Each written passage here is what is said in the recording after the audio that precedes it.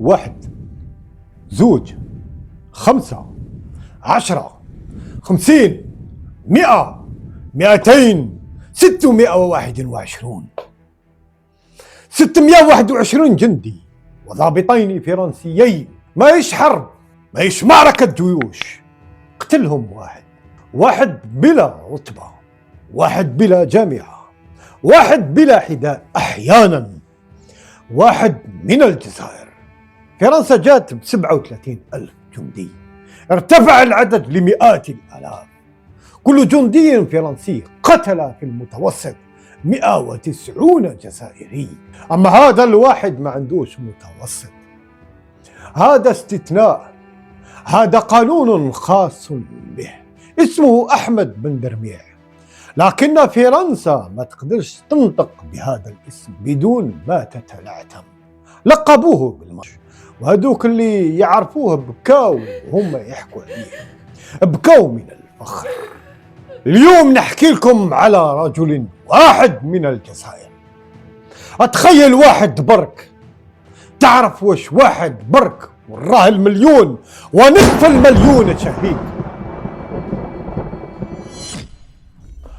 برج غدير، ولاية برج بوعريريج، أرض تخاف منها الأفاعي، أرض سقلت رجالا ما تسقلهمش المدارس. في 1926 ولد أحمد، ما درسش في المعاهد، ما شافش جامعة، درس في جامعة واحدة فقط.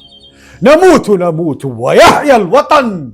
رعى الغنم، حرث الأرض، شاف بعينيه كيف المستثمر يسرق الأراضي ويستعبدون الضعفاء، يحرقون الجزائري. ومن بعد يخرج لك ابن ديغول يقول يا ريت فرنسا بقيت، كرانا عايشين خير من هك. يا جاهل اقرا التاريخ، تعيش ملك، تعيش سلطان في زمانك. احمد كان فيه شيء ما فيش في الناس الاخرين، عين خضراء وعين الاخرى سوداء. قالوا عليه آل الدشرة، هذه علامة من السماء، جنة في عين وجهنم في الأخرى.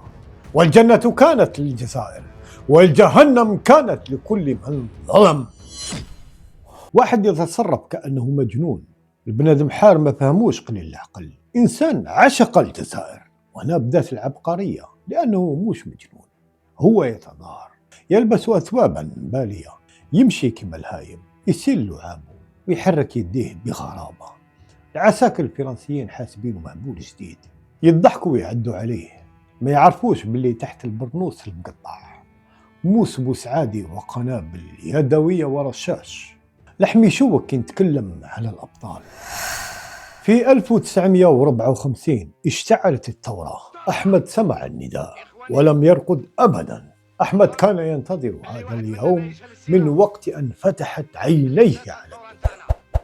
كان عنده كونترا مع ربي، لكن يا سعده رضى ربي سبحانه وكتب التاريخ. كان يشتغل في شق الطريق بين برج غدير وولد حناش.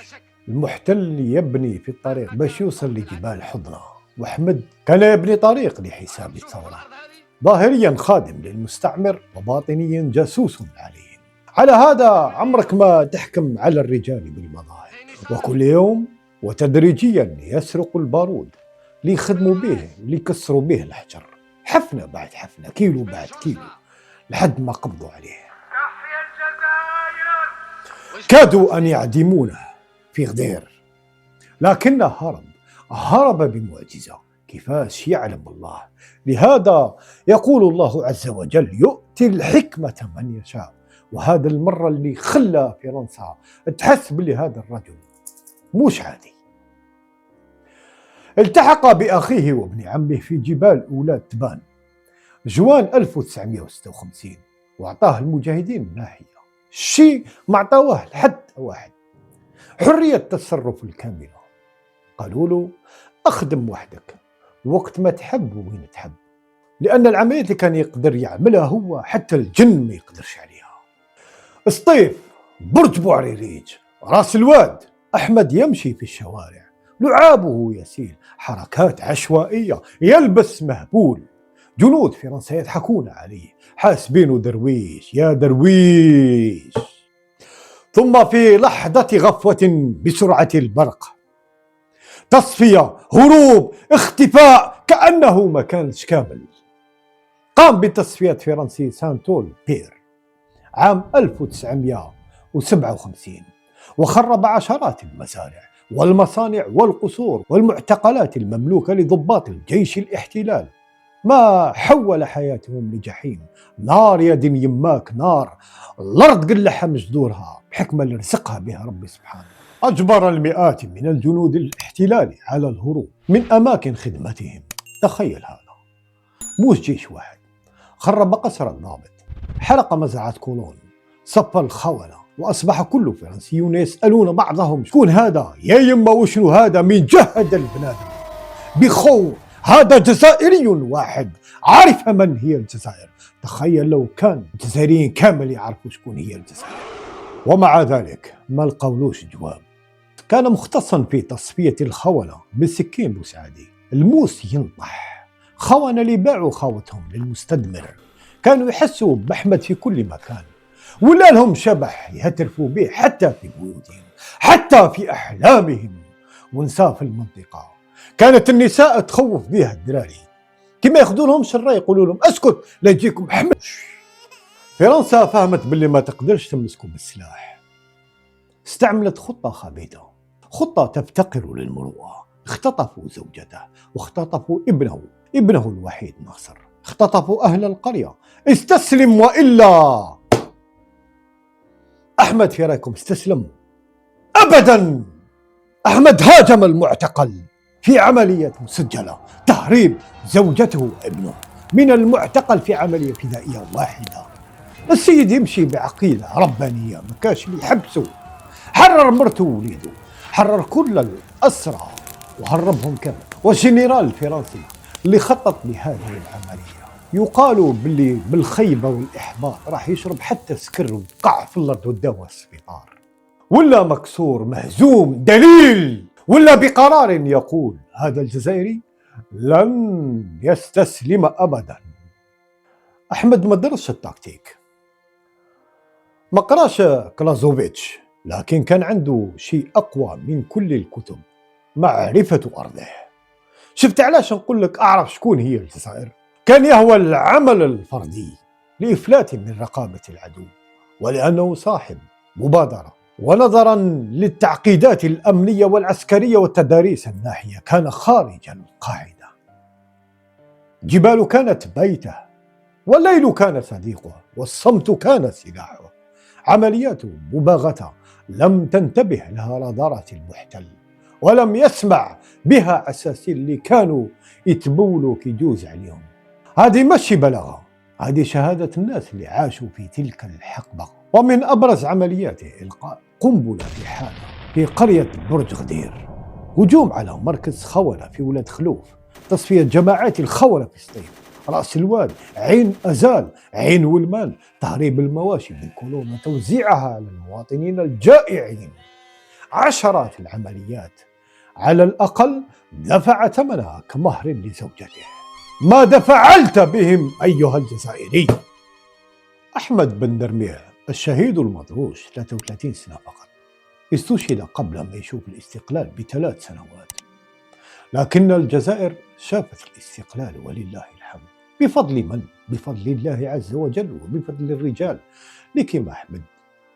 يا ابن الجزائر اعتز، لأن أحمد ما كانش واحد، كان رسالة تقول كلما قتلتم جزائريا واحد طلع لكم 1000 بطل.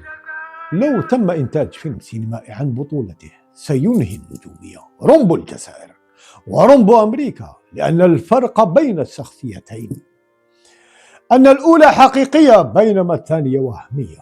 هذا هو الفرق بيننا وبينهم.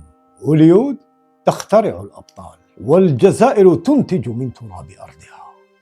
ابنه ناصر اللي ولد في ظروف استثنائية وسط الثورة عاش ليشهد على أن أباه كان حقيقيا، عاش ليقول أبي كان. 621 واحد بلا جيش، واحد بلا دبابات، واحد بلا وزارة الدفاع، كل ما عنده أرضه وربه وسكينه بوسعدي. وأنت اللي راك تشوف في هذه الحلقة أنت نسل هذا الرجل. كل جزائر فيه نقطة من دم أحمد. تسألني لماذا الجزائر لا تكسر؟ لأن أحمد ما ماتش، هو نام في أرض بس تصير سماد لأبطال جدد، وكلما قتلوا جزائريا طلع لهم 1000. هذه هي الجزائر. نشحال من خطر نقول لكم افتخر يا الله، افتخر بهذا الوطن العظيم. نتمنى ان شاء الله تبارطاجيو هذه الحلقه. حنا نقوم بعمل جبار ابتغاء مرضات الله اولا. بارطاجوا، ما تخلوهاش توقف عندكم. ماناش نحوسوا على الشهره ولا المال. انا الحمد لله الناس يعرفوني وين نسكن، حتى الدوله تعرفني وين نسكن. همي الوحيد من هذه الحلقه واش حبيت نوصل لك رساله. الناس راهي تموت وتخلي التاريخ، الناس راهي تموت وتكتب في التاريخ بأحرف من ذهب. وانت كي تموت واش راح تخلي؟ راح ينساوك الناس. تحوس على المال دير المال، تحوس على الجاه دير الجاه، تحوس على المنصب يلا، تحوس على الكرسي سي، تخدع الناس باش تجيب المال. ومن بعد نسيت بلي ربي سبحانه يقول لك يوم عند ربكم كألف سنة مما تعدون. موت إلاك راجل دي معك مالك، دي معك جاهك وسلطانك، إلاك راجل قابل به الملائكة منكر ونكير كي يجوا يسخسوك من هو ربك، ما هو دينك، ومن هو نبيك. قول لهم هاك تشيبا، اعطي لهم 100 مليون، اعطي لهم مليار، قول لهم نعطيكم فيلا في سحاوله، نعطيكم فيلا في البيار. الجزائر كبيره ابا، اعرف بلادك برك، وعمرك ما تقزم بلادك ولا القياده ديالك، خاصه في الوقت اللي انا فيه، في زمان عبد المجيد تبون. انا عبد المجيد تبون درت فيه كونفونس، نقول لكم علاش، باسكو التجأ لربي سبحانه. ناس راهي حابه تخدم، وكل الشعب على باله بالامر، على باله بلي الدوله الفوق راهي تخدم، والشعب راهو يحاول كيفاش يتغير. ولكن كاينه عبسه بين الدوله والشعب هي اللي تخسر في الجزائر. وانا زعفان على الدوله، على بالكم بالامر هذا وراكم ساكتين، على بالكم بلي الاداره اللي ما بين الشعب والدوله هي اللي تخسر في الجزائر. علاش راكم ساكتين؟ الشعب كامل على باله، يلا اتحركوا ورونا، نعتونا بلي الدوله صح راهي تحس بينا، خلونا نتنفسوا. حنا دايرين فيكم كونفيونس توتال، نتحداكم ولو كنت نوض الحرب. الشاب ما يبقى في داره، كامل يروح يقاتلوا. نتمنى ان شاء الله هذه الرساله توصل للقياده العليا، وصلوها له، وصلوا الخبر للرئيس، قولوا له باللي الشعب راه مقنوط. مين مش منكم، بالعكس شرفتني وبارك الله فيك ناظر على عبد المجيد تبون والناس اللي كانوا معاه. شرفتني واعتز بالشرف هذا. الناس راح تقول كيفاش شرفك، كيفاش شرفك وانت، خلونا من هذاك الامر اوطر دو بارونتاس ما يهمنيش. شرفتني انك ركعت في فرنسا، دليتها قهرتها.